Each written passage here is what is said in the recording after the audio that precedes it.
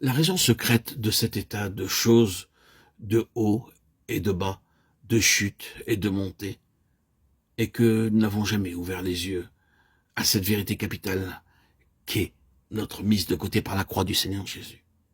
C'est nous-mêmes, tels que nous sommes par nature, qui sommes au chemin de notre propre victoire. Nous ne l'avons jamais compris et par suite jamais accepté. Nous n'avons jamais pu réaliser tout ce que cela signifie, toutes les conséquences que comporte un événement de cette envergure. Nous n'avons pas vu que c'est de ce moment-là seulement que peut dater le « ce n'est plus moi dans tant désiré, j'ai été crucifié avec Christ », dit l'apôtre. Cependant je vis, mais ce n'est pas moi, c'est Christ qui vit en moi. Il n'est pas question ici de choisir notre propre chemin, de faire les choses à notre idée, d'avoir notre volonté à nous, nos désirs personnels, d'établir le programme de notre vie, de mettre en avant des plans d'avenir, de notre cru. Non, non, il ne s'agit pas de cela. Rien, plus rien de nous-mêmes, ni dans un domaine, ni dans un autre, pas plus dans les questions de sentiments que dans les questions de pensée ou de volonté. Tout, désormais, est du Seigneur.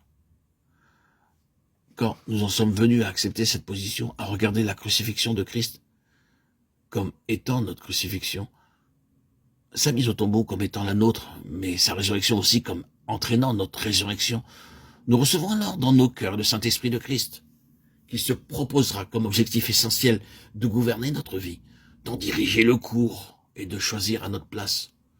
Nous aurons alors ce que c'est que de pouvoir dire « ce n'est plus moi qui vis, c'est Christ qui vit en moi ». Si un seul est mort pour tous, tous donc sont morts. Et il est mort pour tous, afin que ceux qui vivent ne vivent plus pour eux-mêmes, mais pour celui qui est mort et ressuscité pour eux. Et cela grâce à la puissance, à la grâce et l'énergie propre de l'Esprit qui habite en nous. Ah, il y a quelque chose d'extrêmement entier, quelque chose qui va tout outre et ne fait pas de quartier à la vie naturelle. Eh bien, frères et sœurs en Christ, chers amis, la croix signifie cela. Il ne s'ensuit pas que nous n'aurons plus jamais de défaillance, nous pourrons nous tromper. Mais c'est justement alors que le recours au sang aura sa place.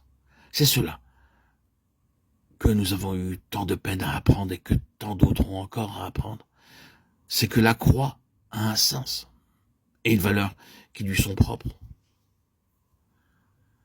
Ce n'est pas la purification de nos péchés que nous procure la croix, c'est la crucifixion de la chair. Or, et c'est ici qu'on peut toucher du doigt la nécessité de cette œuvre spécifique de la croix, il est tout à fait possible de donner au sang une place de premier plan dans notre vocabulaire, d'avoir constamment sur nos lèvres la phraséologie qui s'y rapporte. Tout en ayant de la croix une connaissance très imparfaite, vous pouvez dire sur le sang toutes sortes de choses très justes sans que votre chair cesse de faire montre d'elle-même de la façon la plus déplacée. Il vous manque bien sûr, et vous l'avez bien compris, l'expérience de la croix.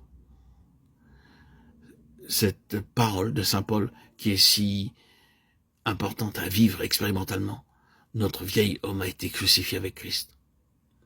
Frères et sœurs en Christ, bien-aimés, chers amis, comprenez-vous bien la distinction qu'il faut faire? À quoi cela nous sert-il d'opposer le sang à l'ennemi si notre chair n'a pas été à la croix? Si vous n'êtes pas passé par cette intense réalisation de la croix qui marque la fin de l'homme naturel, Satan reviendra par la porte de derrière. Et malgré toutes vos belles phrases sur le sang, vous serez battus en brèche sur tous les points.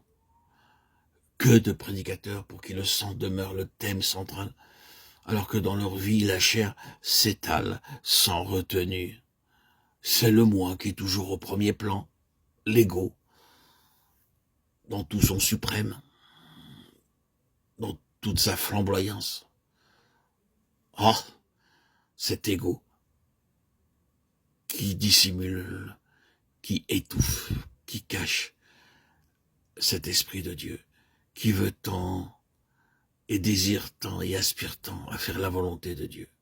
Ah, frères et sœurs en Christ, vous pouvez prêcher le sang et rester néanmoins plein de cette assurance déplacée qui caractérise bel et bien la chair et qui est faite d'orgueil, l'orgueil du monde, l'ambition et de bien d'autres éléments du même ordre. Ainsi, frères et sœurs, la croix concerne l'homme, comme le sang concerne le péché.